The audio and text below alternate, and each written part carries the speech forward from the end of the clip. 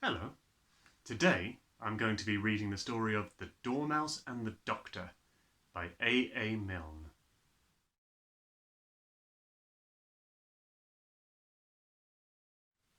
There once was a dormouse who lived in a bed of delphiniums blue and geraniums red. And all the day long he'd a wonderful view of geraniums red and delphiniums blue. A doctor came hurrying round, and he said, "Tut, tut, I'm sorry to find you in bed. Just say 99 while I look at your chest. Don't you find that chrysanthemums answer the best?" The Dormouse looked round at the view and replied, when he'd said 99, that he'd tried and he'd tried, and much the most answering things that he knew were geraniums red and delphiniums blue. The doctor stood frowning and shaking his head, and he took up his shiny silk hat as he said, "What the patient requires is a change," and he went to see some chrysanthemum people in Kent. The Dormouse lay there, and he gazed at the view of geraniums red and delphiniums blue, and he knew there was nothing he wanted instead of delphiniums blue and geraniums red. The doctor came back, and to show what he meant, he'd bought some chrysanthemum cuttings from Kent. "Now these," he remarked, "give a much better view than geraniums red and delphiniums blue." They took out their spades, and they dug up the bed of delphiniums blue and geraniums red, and they planted chrysanthemums yellow and white. "And now," said the doctor, "we'll soon have you right." The Dormouse looked out, and he said with a sigh, "I suppose all these people know better than I.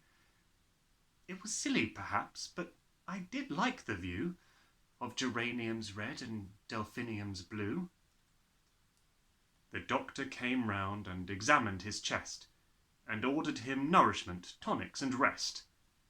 "How very effective," he said as he shook the thermometer, "all these chrysanthemums look." The Dormouse turned over to shut out the sight of the endless chrysanthemums, yellow and white. "How lovely," he thought, "to be back in a bed of delphiniums blue and geraniums red."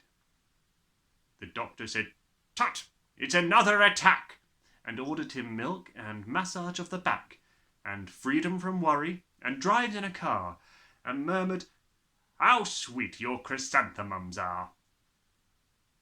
The Dormouse lay there with his paws to his eyes, and imagined himself such a pleasant surprise.